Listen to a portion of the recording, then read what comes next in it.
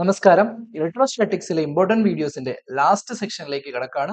അവസാനത്തെ video electric field due to uniformly charged spherical shell. ഇതും important ആയിട്ടുള്ള ഒരു ഡെറിവേഷൻ ആണ്. പലപ്പോഴായിട്ട് ചോദിച്ച് കണ്ടിട്ടുള്ള ഒരു ക്വസ്റ്റ്യൻ ആണ്. ഇതുമായിട്ട് റിലേറ്റ് ചെയ്തിട്ട് ഡെറിവേഷൻ ചോദിക്കാം, ഇക്വേഷൻസ് ബേസ് ചെയ്തിട്ട് ന്യൂമറിക്കൽസ് ചോദിക്കാം. സോ കൺസെപ്റ്റ് ക്ലിയർ ആയിട്ട് പഠിക്കാം, അതിനുശേഷം പ്രോബ്ലംസ് ചെയ്ത് നോക്കാം. സോ നമ്മൾ ഫസ്റ്റ് തന്നെ ഒരു യൂണിഫോംലി ചാർജ്ഡ് സ്പെറിക്കൽ ഷെൽ, ഞാൻ ജസ്റ്റ് ഒരു സ്പെറിക്കൽ ഷെൽ ഇവിടെ വരയ്ക്കുകയാണ്. ഷെൽ എന്ന് പറഞ്ഞാൽ എന്താണ്? ഉള്ളിലൊന്നുമില്ല, ജസ്റ്റ് സർഫസ് മാത്രമേ ഉള്ളൂ. That is called a shell. So അങ്ങനെയാണെന്നുണ്ടെങ്കിൽ ഞാൻ ഇവിടെ ഒരു ഷെല്ല് വരയ്ക്കുന്നു. ഈ ഷെല്ലിൽ ഞാൻ ചാർജ് ഡിസ്ട്രിബ്യൂട്ട് ചെയ്യുവാണ്. ചാർജ് ഡിസ്ട്രിബ്യൂട്ട് ചെയ്യുമ്പോൾ ലൈക്ക് ഞാൻ ഈ ഒരു ഷെല്ലിൽ, അതായത് അതിന്റെ സർഫസിൽ നിറയെ ഒരു പോസിറ്റീവ് ചാർജ് ഡിസ്ട്രിബ്യൂട്ട് ചെയ്യുന്നു. അപ്പൊ ഇവിടെ നിറയെ പോസിറ്റീവ് ചാർജ് ആണ്. ലൈക്ക് ഈ ഒരു ഷെല്ലിന്റെ റേഡിയസിനെ ഞാൻ ക്യാപിറ്റൽ ആർ എന്ന് വിളിക്കുന്നു. Capital R. ഇതിൽ നിന്ന് നമുക്ക് 3 ഡെറിവേഷൻസ് ആണ് എടുക്കാനുള്ളത്. ഒന്ന്, ഇലക്ട്രിക് ഫീൽഡിന് പുറത്ത് ഞാൻ ഒരു പോയിന്റ് എടുത്താൽ, smaller distance from the centre, അവിടുത്തെ ഇലക്ട്രിക് ഫീൽഡ് എന്താണ്. അടുത്തത്, സർഫസിൽ ഒരു പോയിന്റ് എടുത്താൽ അവിടുത്തെ ഇലക്ട്രിക് ഫീൽഡ് എന്താണ്. ഉള്ളിൽ ഒരു പോയിന്റ് എടുത്താൽ അവിടുത്തെ ഇലക്ട്രിക് ഫീൽഡ് എന്താണ്. ഇത് കാണാൻ വേണ്ടിയിട്ട് ഞാൻ ജസ്റ്റ് 3 പോയിന്റുകൾ കൺസിഡർ ചെയ്യുക. എ നമ്മളുടെ പുറത്തെ പോയിന്റ്, ബി സർഫസിലെ പോയിന്റ്, സി ഇലത്തെ പോയിന്റ്. അത് നമുക്ക് ഓരോ ഡെറിവേഷൻ ആയിട്ട് ചെയ്യാം. ആദ്യം നമ്മൾ ചെയ്യാൻ പോകുന്നത് ഇലക്ട്രിക് ഫീൽഡ് ഔട്ട്സൈഡ് ആണ്. അതായത് ഈ ഷെല്ലിന്റെ പുറത്തൊരു പോയിന്റ് കൺസിഡർ ചെയ്താൽ, small letter R, from the സെന്ററിൽ നിന്ന് ആർ ഡിസ്റ്റൻസിലുള്ള ഒരു പോയിന്റ് കൺസിഡർ ചെയ്താൽ അവിടുത്തെ ഇലക്ട്രിക് ഫീൽഡ് കണ്ടുപിടിക്കാനുള്ള ഇക്വേഷൻ ആണ് നമ്മളിപ്പോൾ ഡെറൈവ് ചെയ്യാൻ പോകുന്നത്. സോ അങ്ങനെയാണെങ്കിൽ നമ്മൾ ഇതുവരെ പഠിച്ച പോലെ ഗോസ് ലോയുടെ ആപ്ലിക്കേഷൻ ആയിട്ടാണ് നമ്മൾ ഇത് പഠിക്കുന്നത്. ഗോസ് ലോയുടെ ഡെറിവേഷൻസ് ചെയ്യുമ്പോഴെല്ലാം നമ്മൾ എന്ത് ചെയ്യും? നമ്മൾ കൺസിഡർ ചെയ്തിരിക്കുന്ന പോയിന്റ് ഇൻക്ലൂഡ് ചെയ്യുന്ന ഒരു സ്യൂട്ടബിൾ ആയിട്ടുള്ള ക്ലോസ്ഡ് സർഫസ് നമ്മൾ അസ്യൂം ചെയ്യും. സോ നമ്മൾ അങ്ങനെ ഇവിടെ അസ്യൂം ചെയ്യുന്ന ക്ലോസ്ഡ് സർഫസ് ആണ് ഒരു സ്പിയർ. ഒരു സ്പിയറിന് ചുറ്റും നമുക്ക് കൺസിഡർ ചെയ്യാൻ പറ്റുന്ന നല്ലൊരു സർഫസ് ഒരു സ്പിയർ തന്നെയായിരിക്കും. ഞാൻ ഡോട്ട് ഇട്ട്, ഒരു യെല്ലോ ഡോട്ട് ഇട്ട് ജസ്റ്റ് അവിടെ വരയ്ക്കുകയാണ്. ഇതാണ് എന്റെ സർഫസ്. ഞാൻ ഇവിടെ ഒരു ചെറിയൊരു പോയിന്റ് എടുക്കുകയാണ്, വിച്ച് ഈസ് ഒരു ഡി എ, ഒരു പെർട്ടിക്കുലർ ഏരിയ എടുക്കുകയാണ്. ഇതാണ് ഡി എ എന്ന് പറയുന്ന ഏരിയ. ഓക്കെ, ചെറുതായിട്ട് വളഞ്ഞു പോയി. ഇതാണ് ഡി എ എന്ന് പറയുന്ന ഏരിയ. ഓക്കെ, ഏരിയ നിങ്ങൾക്ക് എപ്പോഴും അറിയാം, area vector is perpendicular to the surface. സർഫസിന് എപ്പോഴും പെർപെൻഡിക്കുലർ ആയിരിക്കും ഏരിയ വെക്ടർ. അതുകൊണ്ടാണ് അങ്ങനെ വന്നത്. ഇനി അവിടെ ചാർജ് ഉണ്ടല്ലോ, ഈ പറയുന്ന സ്പിയറിൽ മൊത്തമായിട്ട് നമ്മൾ എന്ത് ചെയ്തിട്ടുണ്ട്? ചാർജ് ഇട്ടിട്ടുണ്ട്. അപ്പൊ ചാർജ് എപ്പോഴും പോസിറ്റീവിൽ നിന്ന് എന്ത് ചെയ്യുവാണ്? ഒരു പുറത്തേക്ക്, ഈ ഒരു ഡയറക്ഷനിൽ റേഡിയലി ഔട്ട്വേർഡ്, ഈ ഒരു ഡയറക്ഷനിൽ ചാർജിന്റെ എഫക്റ്റിൽ ഇലക്ട്രിക് ഫീൽഡ് പുറത്തേക്ക് പോകുന്നുണ്ട്.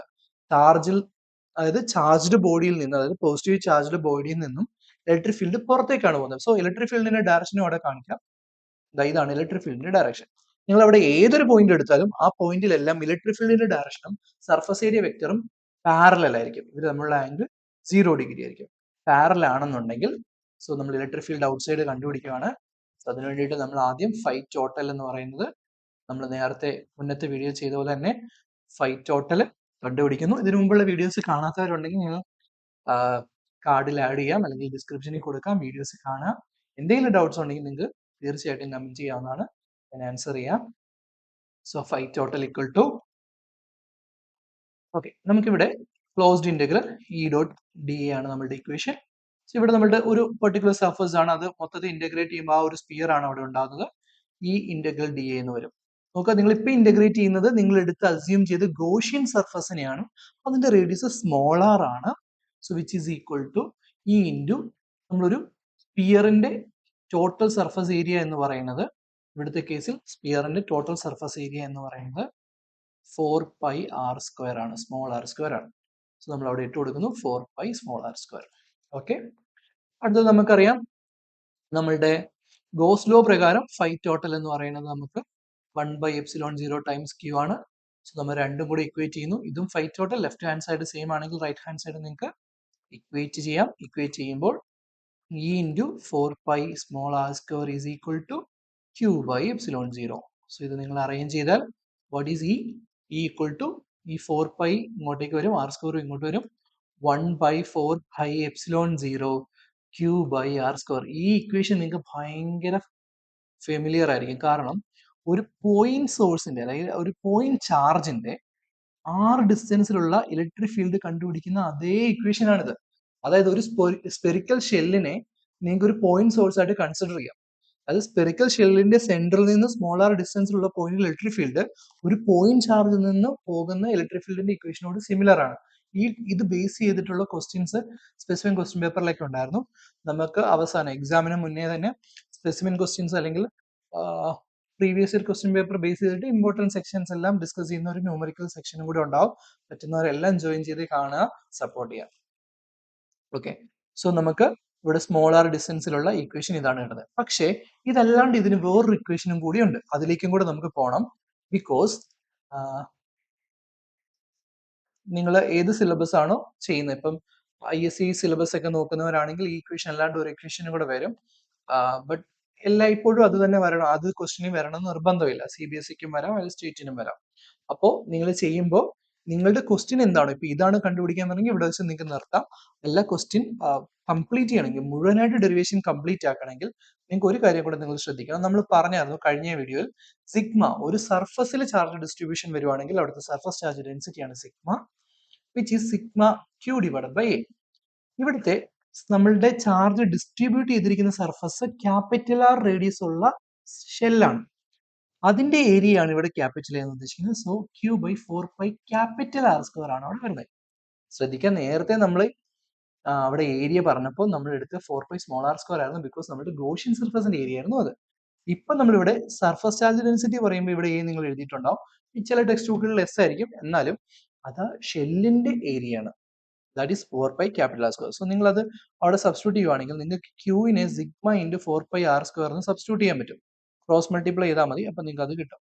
അങ്ങനെ സബ്സ്റ്റിറ്റ്യൂട്ട് ചെയ്യുവാണെങ്കിൽ, നിങ്ങൾ അവിടെ നിന്ന് ശ്രദ്ധിക്കുവാണെങ്കിൽ, ഈസ് ഈക്വൽ ടു ക്യൂവിന് പകരം ഞാൻ ഇത് കൊടുക്കുന്നു, sigma into 4π capital R square by 4π epsilon 0 times small R square. So ഇവിടെ നിങ്ങൾക്ക് 4π ക്യാൻസൽ ചെയ്യാം, നിങ്ങൾക്ക് ഇക്വേഷൻ കിട്ടും sigma into capital R square divide by epsilon 0 small R square. So ഇതും ഇതിന്റെ ഇക്വേഷൻ ആണ്. അത് ക്യാപിറ്റൽ ആറും സ്മോൾ ആറും അറിയാമെങ്കിൽ നിങ്ങൾക്ക് സിഗ്മയുടെ എപ്സിലോൺ 0യുടെ ബേസിൽ കണ്ടുപിടിക്കാനും പറ്റും.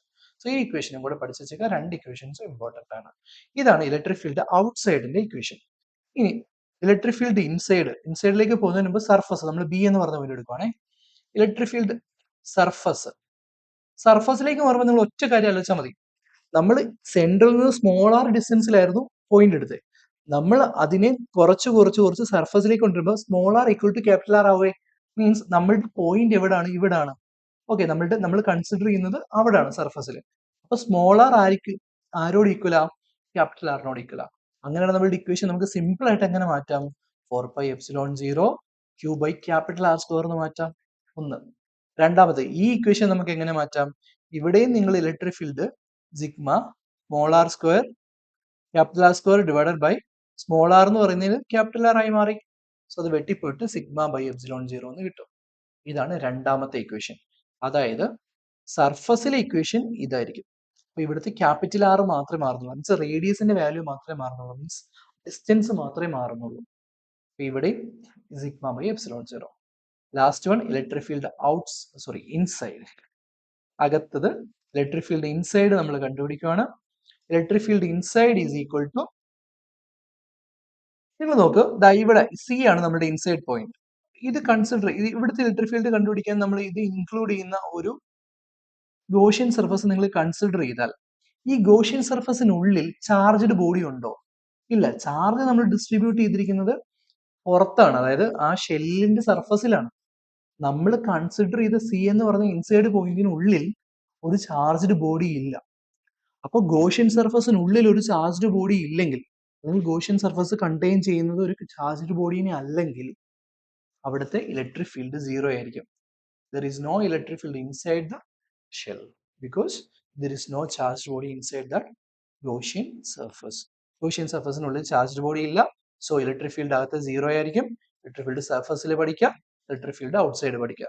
സോ ഇതോടുകൂടി നമ്മുടെ ഇലക്ട്രോസ്റ്റാറ്റിക്സിൽ, അതായത് ഇലക്ട്രിക് ചാർജസ് ആൻഡ് ഫീൽഡ്സ് എന്ന് പറഞ്ഞ ഫസ്റ്റ് സെക്ഷന്റെ ഡെറിവേഷൻസ് എല്ലാം കംപ്ലീറ്റ് ആയിട്ടുണ്ട്. ഇത് ഇക്വേഷൻസ് ബേസ് ചെയ്തിട്ട് നിങ്ങൾ പഠിക്കുക, ബിക്കോസ് ന്യൂമറിക്കൽസ് ചെയ്യുമ്പോൾ നിങ്ങൾക്ക് ഇത് ആവശ്യം വരും. കൂടുതലും ന്യൂമറിക്കൽ സെക്ഷൻസിൽ ഫോക്കസ് ചെയ്യാൻ ഇനി അങ്ങോട്ട് ഡെറിവേഷൻസ് ജസ്റ്റ് ഒന്ന് റിവൈസ് ചെയ്യാനും കൺസെപ്റ്റ് പഠിക്കാനും വേണ്ടി മാത്രം നോക്കിയാൽ മതി. എഴുതി പഠിക്കുക എന്നുള്ളത് ഭയങ്കര ഇമ്പോർട്ടൻ്റ് ആണ്. ബിക്കോസ് സ്റ്റെപ്സ് മറന്നു പോകുന്നതാണ് കൂടുതലും കുട്ടികൾക്ക് ഉണ്ടാകുന്ന പ്രശ്നം. സോ വീഡിയോ കണ്ടിട്ട് എന്തെങ്കിലും ഡൗട്ട് ഉണ്ടെങ്കിൽ നിങ്ങൾക്ക് കമന്റ് ചെയ്യാവുന്നതാണ്. വീഡിയോ ഇഷ്ടപ്പെട്ട ലൈക്ക് ചെയ്യുക, ഷെയർ ചെയ്യുക, സബ്സ്ക്രൈബ് ചെയ്യുക, കൂട്ടുകാർക്കൊക്കെ ഒന്ന് ഷെയർ ചെയ്തോളൂ. നെക്സ്റ്റ് വീഡിയോയിൽ കാണുന്നവരെ ഗുഡ് ബൈ. Thank you.